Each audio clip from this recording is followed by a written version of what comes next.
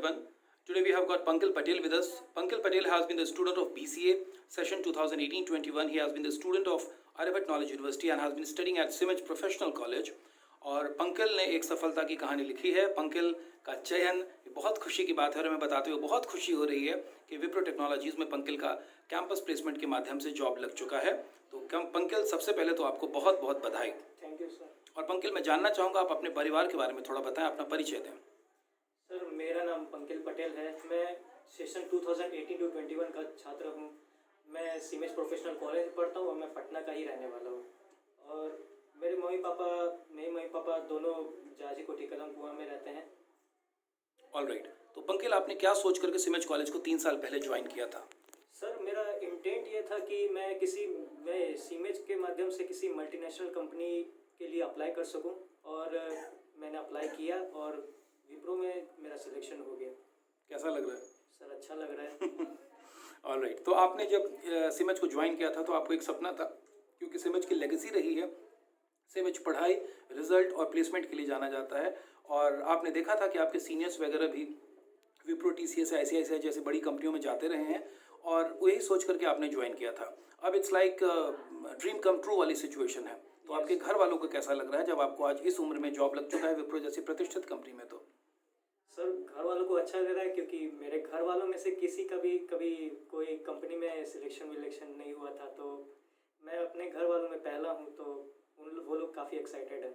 बहुत अच्छा. हम अक्सर कहते हैं कि हमारे यहाँ जो सफलताएं हैं वो सामान्य लोगों ने, साधारण लोगों ने असाधारण सफलताएं हासिल की है. पंकज, आप अपने परिवार के बैकग्राउंड के बारे में बताएं. पिताजी क्या करते हैं आपके? मेरे पिताजी सेल्फ एम्प्लॉय हैं और मेरी मम्मी हाउसवाइफ है. ऑलराइट. पटना के ही आप रहने वाले हैं? Yes sir. और अब आप विप्रो जैसी प्रतिष्ठित कंपनी में आपका चयन हो चुका है. कहाँ आपको पोस्टिंग मिली है? सर, अभी तो हम लोग को उसके बारे में नहीं मालूम, लेकिन हम लोग का एप्टीट्यूड और बाकी सारे इंटरव्यूज़ हो चुके हैं. अब बस ऑफर लेटर आना बाकी.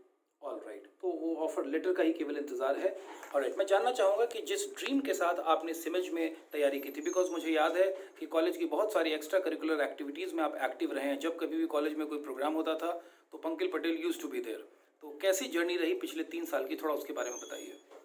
सर, जर्नी अच्छी रही, क्योंकि यहाँ के टीचर्स काफ़ी सपोर्टिव थे. यहाँ पे काफ़ी सारी एक्टिविटीज़ होती थी जिसमें मैंने पार्टिसिपेट भी किया.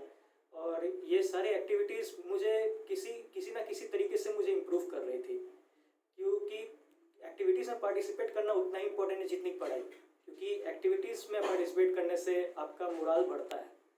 सो आप पढ़ाई के साथ साथ अपनी एक्टिविटीज़ पे भी ध्यान दें, एक्स्ट्रा करिकुलर एक्टिविटीज़ पे भी ध्यान दें, क्योंकि आखिरकार at the end of the day companies हमेशा कॉन्फिडेंस खोजती है कि आपके अंदर कितना कॉन्फिडेंस है, आप किस तरीके से लोगों के सामने बिहेव करते हो, आपके इंटरव्यू हैंडलिंग स्किल्स कैसे हैं.